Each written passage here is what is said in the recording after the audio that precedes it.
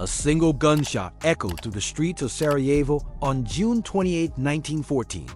Within seconds, Archduke Franz Ferdinand, heir to the Austro-Hungarian throne, slumped in his car, fatally wounded alongside his wife Sophie. Within weeks, Europe's great powers were mobilizing armies of millions. Within months, the world was engulfed in the most destructive conflict humanity had yet witnessed. But was this assassination truly the cause of World War I, or merely the spark that ignited a powder keg decade in the making? The story of how World War I happened isn't simply about a wrong turn by a chauffeur on a fateful summer day. It's about empires in collision, about kings who were cousins yet rivals, about nations arming themselves to unprecedented levels, while binding themselves in a complex web of alliances. It's about imperialism, nationalism, militarism, and a European continent primed for catastrophe. Let us travel back to the Europe of 1871. The map looked remarkably different from what we know today. The German Empire had just been unified under Prussian leadership after defeating France in the Franco-Prussian War. The Austro-Hungarian Empire sprawled across Central Europe, a multinational state of a dozen ethnicities under Habsburg rule. The Russian Empire stretched from Poland to the Pacific. The Ottoman Empire, though diminished, still controlled vast territories across the Middle East and parts of southeastern Europe. Only 3 European nations were true democracies: France, Switzerland, and tiny San Marino. Elsewhere, monarchs ruled, some as constitutional monarchs, others with near absolute power. And perhaps most remarkably, 3 of the most powerful men in Europe, Kaiser Wilhelm II of Germany, Tsar Nicholas II of Russia, and King George V of Britain, were first cousins, all grandsons of Queen Victoria.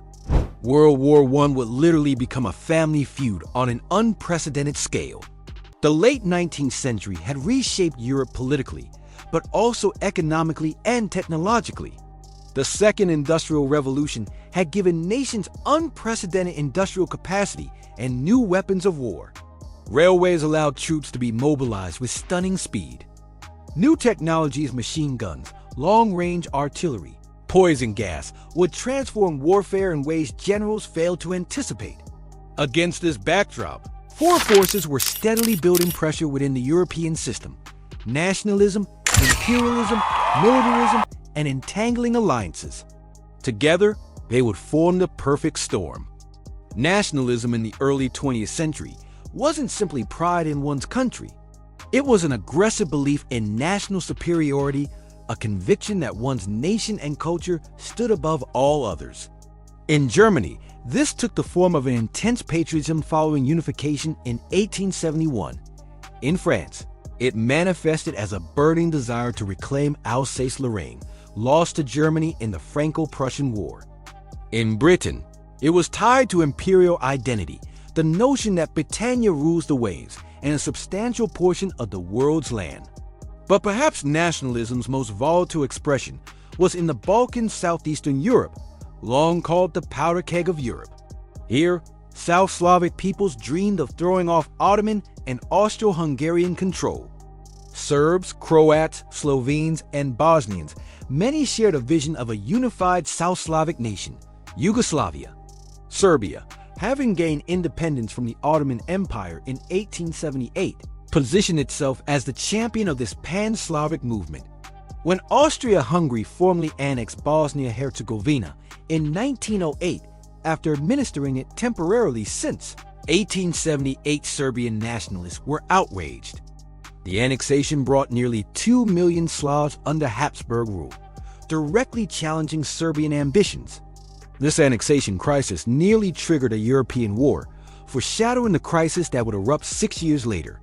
A political cartoon from that time depicts the Ottoman Sultan helplessly watching as Austrian Emperor Franz Joseph tears Bosnia-Herzegovina from the map. The Bosnians, who had been under Ottoman rule for 4 centuries, found themselves not liberated but simply transferred to a new empire. Their resentment would smolder for years. By 1914, European powers controlled approximately 85% of the globe. The British Empire alone covered nearly a quarter of the Earth's land surface. This wasn't merely about prestige, but about resources, markets, and strategic advantage. The late entry of Germany into this imperial race created particular tensions.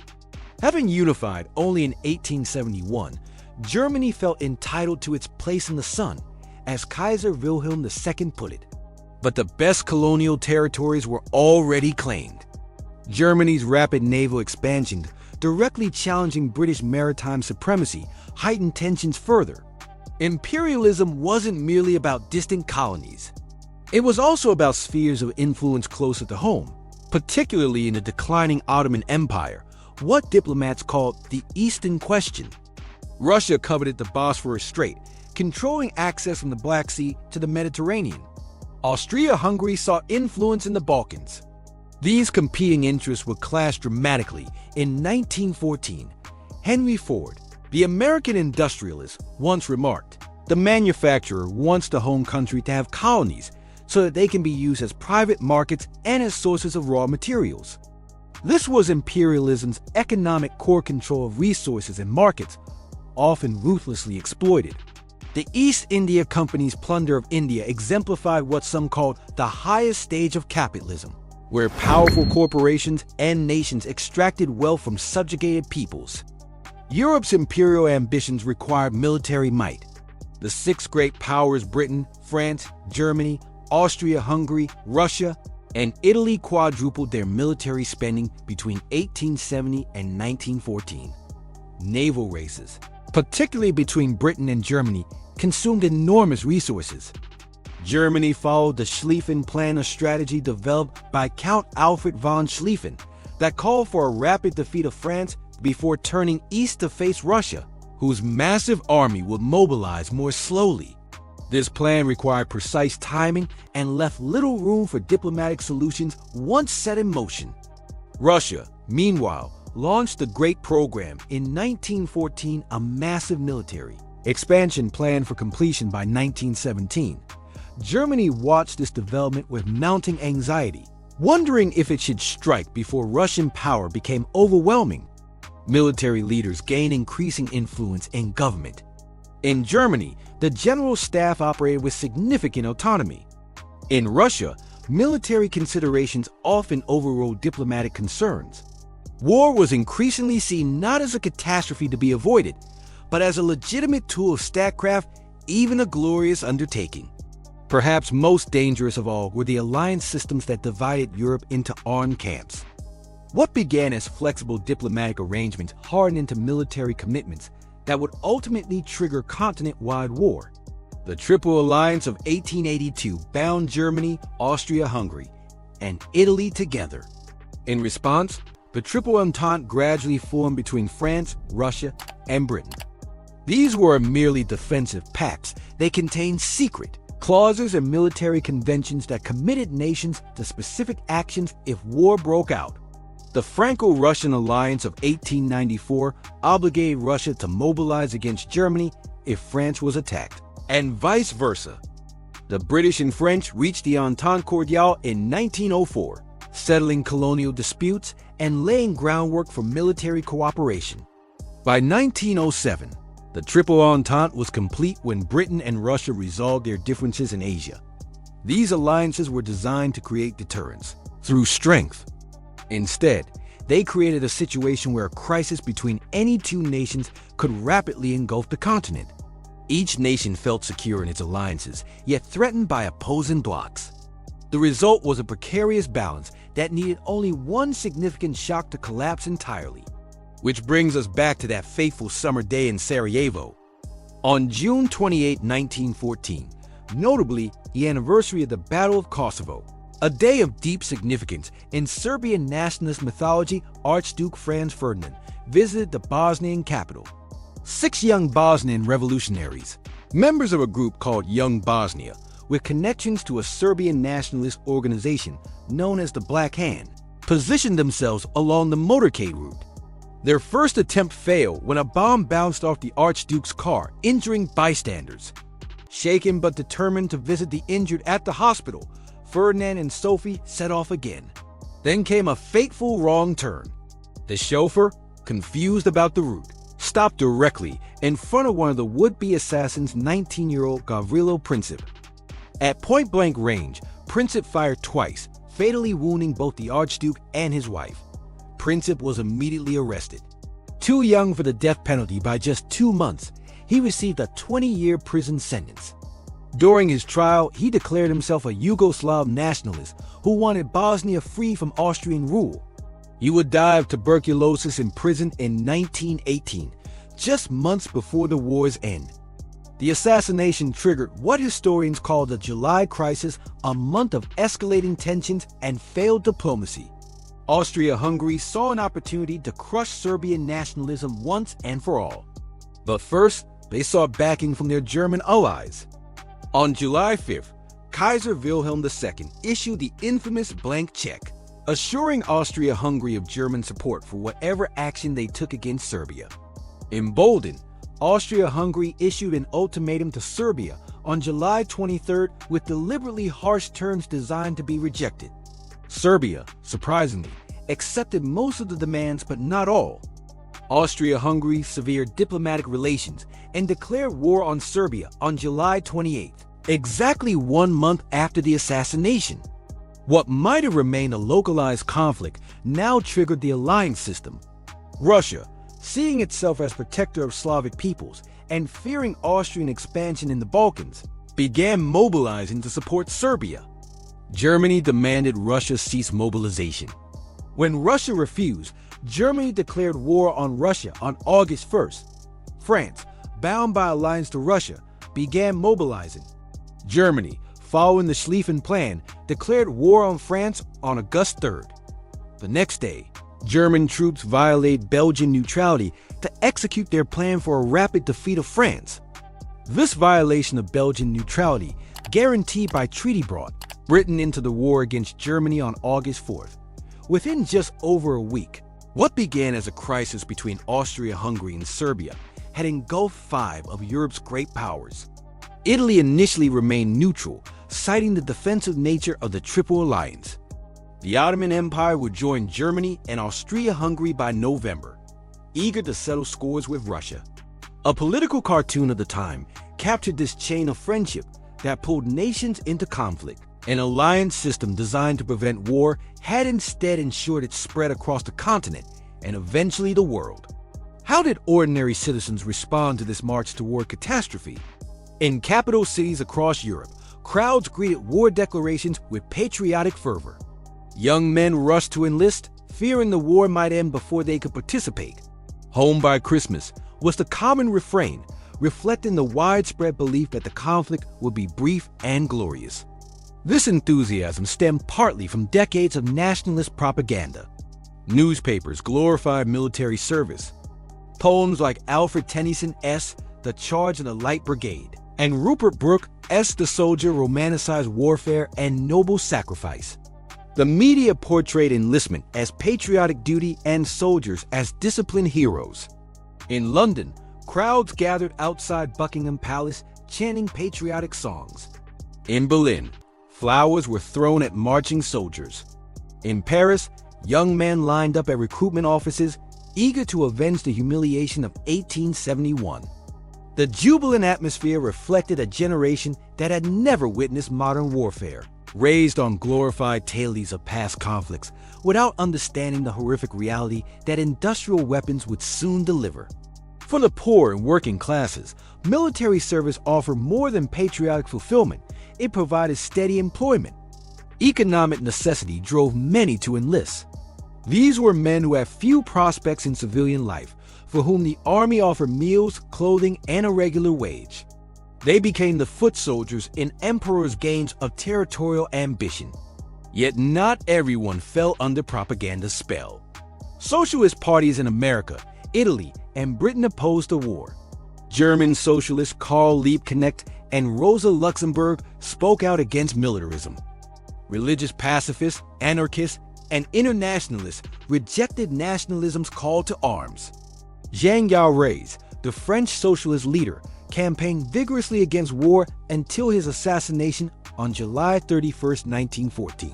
Just days before France entered the conflict, counter-narratives emerged in literature too. Rudyard Kipling's The Last of the Light Brigade highlighted the inhumane conditions soldiers endured. Thomas Hardy's 1909 poem, The Man He Killed, poignantly observed how two men who might have shared drinks in peacetime were driven by poverty and circumstance to kill each other in war. Had he and I but met by some old ancient inn, we should have sat us down to wet right many a nipperkin. But ranged as infantry and staring face to face, I shot at him as he at me, and killed him in his place. Wilfred Owen, who would himself die in the war's final week, wrote scathing indictments of patriotic falsehoods. His poem Dulci et Decorum Est exposed the horror of gas attacks and mocked the old Latin phrase that claimed, "It is sweet and fitting to die for one's country." Once fighting began, the grim reality quickly dispelled romantic notions. On Christmas Day 1914, an extraordinary event occurred along parts of the Western Front. British and German soldiers emerged from trenches, exchanged food and sang carols together in what became known as the Christmas Truce. They played impromptu football matches in no man's land and showed one another family photographs. For a brief moment, common humanity transcended national divisions. Military leadership quickly ended these fraternizations, threatening severe punishment for soldiers who refused to fight. As the war progressed, enthusiasm waned. Desertion increased. In France, entire battalions refused orders following the disastrous naval offensive of 1917. In Russia, the strain of war would eventually trigger revolution.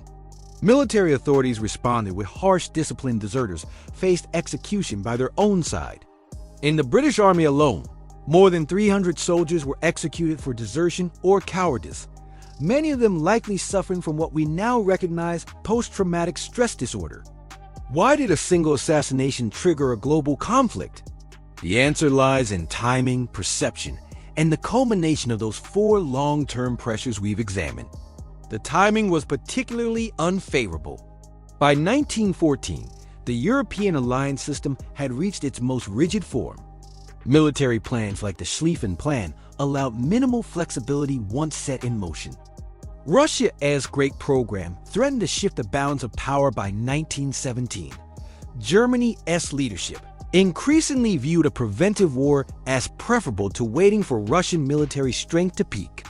The diplomatic architecture of Europe had become dangerously inflexible. Consider the experience of Count Alfred von Schlieffen himself, who, when asked if his famous plan could be modified to deploy fewer troops on the Western Front and more against Russia, reportedly replied, "That is not a plan of war, but a plan of defeat." Military timetables had come to dictate diplomatic options rather than serve them.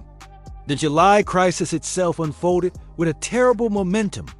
Austria-Hungary deliberately delayed its response to the assassination for nearly a month, consulting with Germany and preparing an ultimatum designed to be rejected.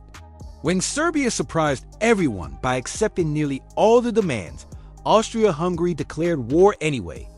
Each subsequent mobilization triggered another, as military planners insisted any delay would mean defeat. Perceptions and miscalculations played crucial roles. Austria-Hungary perceived an existential threat from Serbian nationalism. Germany calculated that Russian and French mobilization justified preemptive strikes. Britain misjudged German intentions regarding Belgian neutrality. All sides expected a short war with limited casualties. None anticipated 4 years of industrialized slaughter. Personal temperaments of leaders influenced decisions at critical junctures. Kaiser Wilhelm II, known for his volatile personality and insecurity about his withered arm, vacillated between aggression and conciliation during the crisis. When he finally recognized the danger and attempted to restrain Austria-Hungary in late July, it was too late. The machinery of war was already in motion.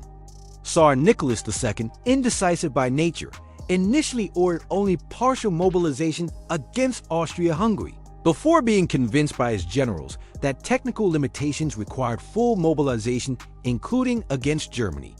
Most fundamentally, the assassination provided pretext for conflicts already brewing. Austria-Hungary had long sought to crush Serbian nationalism. Russia couldn't abandon fellow Slavs without losing face. Germany saw opportunity to establish continental dominance before Russian military reforms completed. France sought recovery of Alsace-Lorraine. Britain feared German naval power and continental hegemony. Some leaders actively welcomed war. Austrian Chief of Staff Konrad von Hetzendorf had advocated for preventive war against Serbia more than 25 times in the years preceding 1914. German military leaders saw 1914 as the optimal moment for conflict before Russian rearmament tilted the balance. French military planners believed their Plan 17 offensive strategy would swiftly recapture lost territories. The assassination wasn't so much cause as catalyst the match that finally ignited Europe as dangerously combustible mix of nationalism, imperialism, militarism, and entangling alliances. What began as a European conflict soon expanded globally. The Ottoman Empire entered the war in October 1914 on the side of the Central Powers, closing the vital Dardanelles Strait to Allied shipping and threatening Britain's communications with India. Japan, honoring its alliance with Britain, seized German colonial possessions in China and the Pacific. Italy, despite being part of the Triple Alliance with Germany and Austria-Hungary, initially declared neutrality, arguing that the alliance was defensive in nature. In May 1915, after secret negotiations in the Treaty of London promised substantial territorial gains, Italy entered the war on the Allied side. The conflict truly became a world war as fighting spread to Africa, the Middle East, and Asia. German colonies became battlegrounds.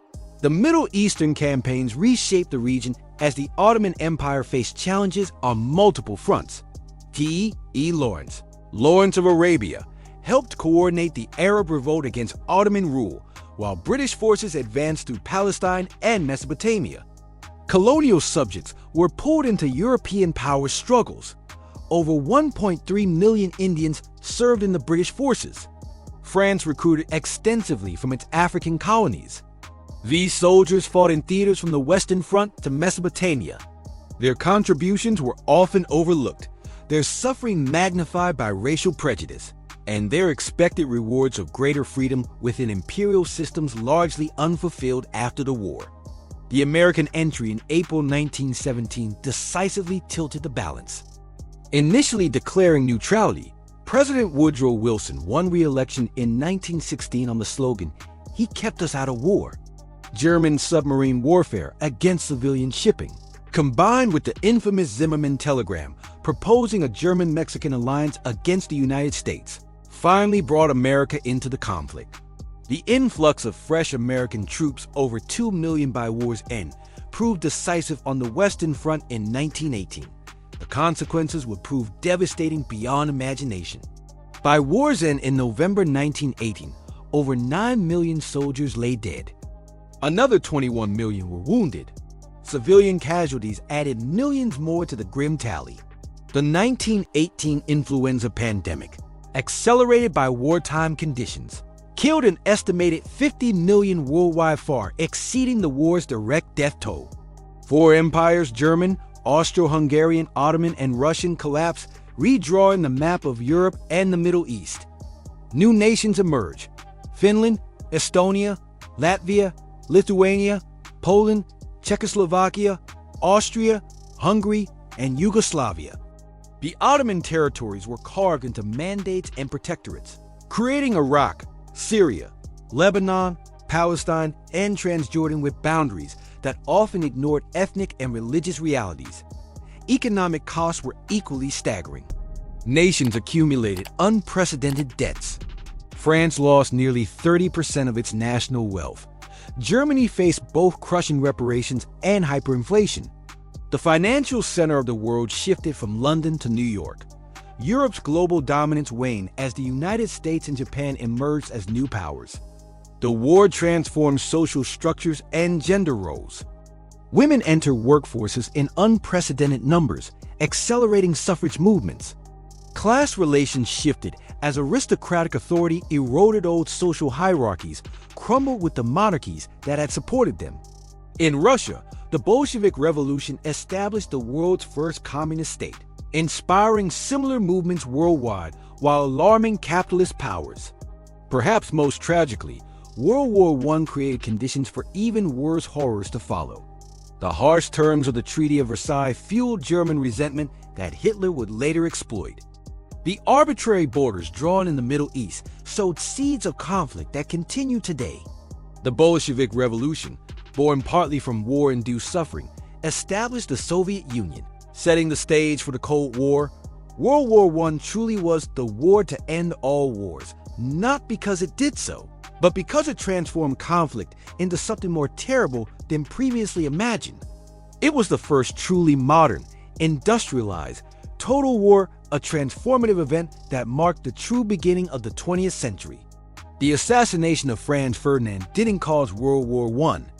Rather, it revealed a European system primed for catastrophe, a continent where great powers pursued nationalist glory, imperial ambition, and military supremacy while binding themselves in rigid alliances. In such a system, conflict wasn't merely possible, but perhaps inevitable. Perhaps the greatest tragedy is that none of the leaders who marched Europe to war in 1914 fully comprehended what they were unleashing. As British Foreign Secretary Sir Edward Grey observed on the war's eve, watching the lights being extinguished for blackout in London, the lamps are going out all over Europe. We shall not see them lit again in our lifetime. He was right. The world that emerged from the Great War's shadow would never be the same again. And understanding why this catastrophe happened remains essential not merely as historical curiosity, but as warning about the dangers of nationalism without constraint, militarism without oversight, imperialism without limits, and alliances without flexibility. In these dangers lie lessons that remain urgently relevant today, over a century after those fateful gunshots in Sarajevo set the world aflame. World War I fundamentally altered our understanding of what war could be and what it could do to societies. No longer was war limited engagement between professional armies. It had become total war involving entire populations, economies, and psyches. The industrialization of killing reached scales previously unimaginable. A single day at the Somme could claim 20,000 lives. A single artillery barrage could reshape landscapes. A single decision in a government office could condemn millions. The causes of World War I reveal how complex systems can collapse catastrophically when subjected to sufficient stress. 4 decades of peace between major European powers had created an illusion of stability. Few anticipated that the complex machinery of alliances, military plans, imperial rivalries, and nationalist aspirations could interact with such devastating consequences. The lesson is clear. Stability is not guaranteed by the mere absence of recent conflict. When we examine the human factors behind the war, a sobering picture emerges. Leaders made rational decisions according to their understanding of national interest and honor, yet the cumulative result was profoundly irrational. Diplomats recognized the dangers, but found themselves constrained by military timetables and public sentiment. Military planners prepared for the last war rather than the next one, failing to anticipate how technology would transform battlefield realities. Perhaps most importantly, the outbreak of World War I demonstrates how easily societies can slide from peace to catastrophe when certain conditions align. When national pride overrides common humanity, when military solutions are preferred to diplomatic compromises, when leaders believe war is inevitable and therefore necessary, when populations are manipulated by jingoistic media, and when economic interests become entangled with territorial ambitions. The European system that collapsed in 1914 had been built on power balances, secret agreements, and military deterrence. It failed catastrophically because these mechanisms created rigidity rather than resilience, competition rather than cooperation, suspicion rather than trust. When crisis came, the system had no effective circuit breakers, no institutions powerful enough to override national interest in favor of continental peace. Today's world differs in many ways from the Europe of 1914, yet certain parallels warrant attention. Nationalist movements are resurgent globally. Military spending continues to rise. Economic interdependence, once thought to prevent conflict, proved inadequate in 1914 despite extensive trade links between eventual enemies. New technologies, then machine guns and dreadnoughts, now cyber weapons and autonomous systems, transform warfare in ways not fully understood until tested in conflict. World War I happened because a system designed to preserve peace through strength and deterrence ultimately accelerated hostilities. It happened because leaders miscalculated, because publics were manipulated, because military plans gained momentum beyond political control. It happened because of long-term structural causes and immediate human decisions. It happened gradually, then suddenly.